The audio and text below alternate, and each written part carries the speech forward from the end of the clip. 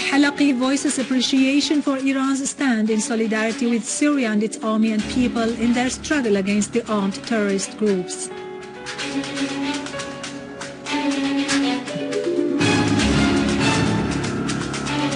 An information source says that the elements protecting Minnegh Airport in Aleppo are safe and sound, and the terrorist gangs have sustained big losses inside and outside the airport.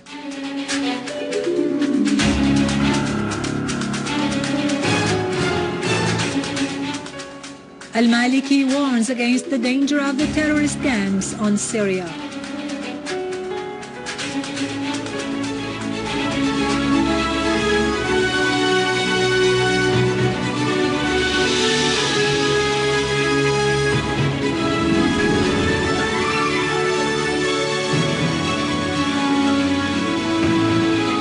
Good afternoon, ladies and gentlemen. I am Irado Krikorian from the News Center in Damascus. Prime Minister Dr. Wael al-Halaqi has affirmed the steady stand of the Iranian foreign policy towards Syria. In a statement after his return from Tehran, following his participation in the ceremony held on the occasion of the Iranian President Hassan Rouhani taking office, al-Halaqi said Iran appreciated the sacrifices and steadfastness of the Syrian Arab army and people in the face of the armed terrorist groups.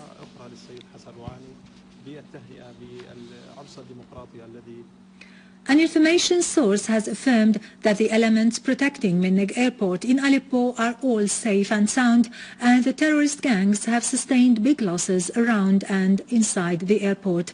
The source added that the airport is void of military equipment and aircraft.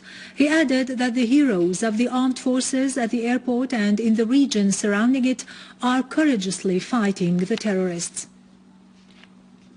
In Homs, our armed forces continue to advance in Bab Houd neighborhood in the city. They intercepted an attempt by a terrorist gang to infiltrate in the direction of Al-Walidiyya school in the area, killing and wounding several armed men. In the governorate's suburbs, the army destroyed a missile launching podium near Al-Makramiya village in Al-Mishrfe district. It was used by the terrorists to launch missiles against Homs. Several terrorists were eliminated during the operation. The army also targeted armed men's hideouts in Beit al-Rashid farm in Talbise, Al-Husn town, Al-Zara farms in Talkalakh suburbs, Kisin village in Al-Rastan suburbs, and Taldo in Al-Hula countryside, killing and wounding several terrorists.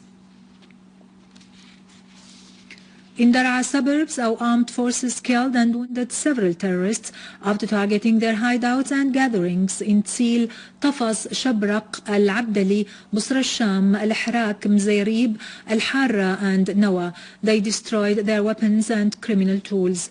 The army also dismantled 2 explosive devices, 5 landmines and a number of armored shells downtown Daraa. The Syrian community in the USA has organized an activity on the occasion of the Syrian Arab Army Day and in appreciation of the Army's sacrifices and achievements, during which they raised the biggest Syrian flag in the countries of expatriation that was 230 meters long. A large number of the Syrian community took part in the activity, which was held in the city of Allentown in the state of Pennsylvania in the USA, together with a number of supporters with Syria from all American states. The participants toured the streets of the city, hoisting the Syrian flag and shouting national slogans that denounced the terrorism that threatens Syria's security and stability. A number of participants affirmed that their participation in this activity confirms their adherence to Syria and its leader and army. They asserted that terrorism has nothing to do with freedom and democracy, expressing deep appreciation for the Syrian Arab Army's sacrifices and their hope that security and stability would be restored across Syria.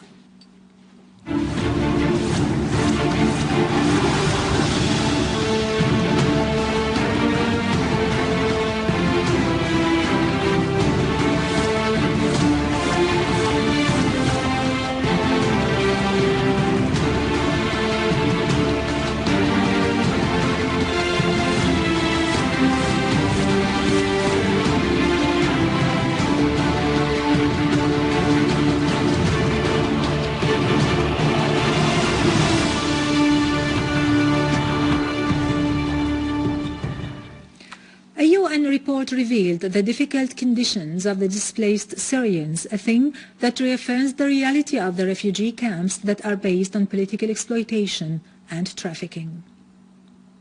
No longer is a secret the reality of the Turkish and Jordanian camps that were erected along the borders with Syria under the pretext of providing safe haven and shelter for the Syrians whom the terrorist armed groups forced to leave their country.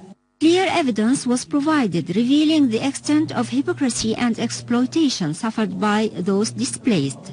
Today, this evidence was enhanced by a report issued by the United Nations itself. From simmering to the point of collapse is the title of the United Nations report, which revealed the details of the tragedies of displaced Syrians seeking to escape from the camps run by the United Nations itself, where women lack security and the boys suffer from attempts of recruitment to fight with the terrorist armed groups, especially in the refugee camp of al-Za'atari on the Jordanian border, which lacks, according to the report, the simplest needs of living, as the assistance is stolen while the criminal networks of trafficking in women are rampant, involving camp keepers and under the eyes of the Jordanian police. The report described the recruitment of boys in their 15 and 16 years of age to fight with the terrorists in Syria instead of encouraging them to go to schools. The report uncovered the truth of these camps, which turned to become real prisons. Iran has arrested a spy working as an agent for Israel in the governorate of Kerman, southeast of the country. Head of Iran's Revolutionary Court in Kerman said the spy was working in trade in Southeast Asia, and while he was on a trip pretending that he was a tourist to Thailand, he gave information about Iran to an intelligence officer at the Israeli embassy in Bangkok. The Iranian official pointed out that the detainee was planning to gather information in the fields of economy, geography and mining in Kerman to present it to the liaison Israeli agent, but he was arrested before doing so. Iraqi Prime Minister Nouri al-Maliki has warned against the danger of the terrorist gangs who threaten Syria's unity and social components. In a statement published on his website, al-Maliki called for recruiting all potentials in order to defeat the project that aims at planting sedition in the region. He affirmed that the Iraqis will confront the terrorists and all those who cooperate with them.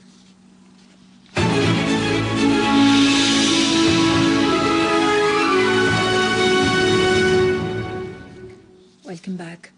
Cairo Airport authorities have arrested 2 al-Qaeda terrorists upon their arrival from Turkey.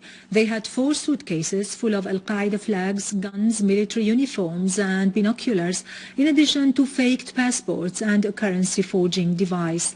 On the other hand, Egyptian official sources ruled out any change in the country's policy, which was started on the 3rd of last July, or any alternative to the step of getting the Muslim Brotherhood supporters stop their sit-in.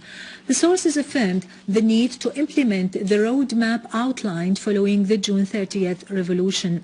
The sources added that Deputy Prime Minister, Minister of Defense Abdel Fattah al-Sisi has notified American Deputy Secretary of State William Burns that Egypt will not budge from its stand in pursuing the march of democracy. The Iraqi army carried out a large-scale operation called Revenge for the Martyrs against the terrorist groups near the Syrian border, arresting terrorists that were trying to smuggle machine guns into Syria. During the operation, 3 of al-Qaeda hideouts were destroyed and more than 200 terrorists were arrested. The operation also resulted in the seizure of 59 cars that were intended to be planted with explosives, while 8 car bombs were defused. The Iraqi army also discovered a cache of weapons that contained more than 100 mortar shells and destroyed 200 tons of chemicals. Iraqi army also killed 9 of the leaders of the so-called Islamic State in Iraq and the Levant. Finally, in Yemen, 4 terrorists from Al-Qaeda were killed in a raid by a drone plane in the region of Ma'rib, east of Sana'a. Yemeni sources said that an American drone fired 4 missiles and destroyed a car carrying the 4 terrorists, killing them all. The New York Times said that U.S. drones, which are launching raids in several countries, take off from an airbase used by the CIA in Saudi Arabia, which allowed the CIA to use it under one condition, that the U.S. administration keep the secrecy of its work there. With this, we end our news for today. Thank you for watching. For more details about Syria and the region and to view this bulletin again, you can always visit our website in English, syriaonline.sy. Now to latest business and market news with Nariman Qassam, but after a short break.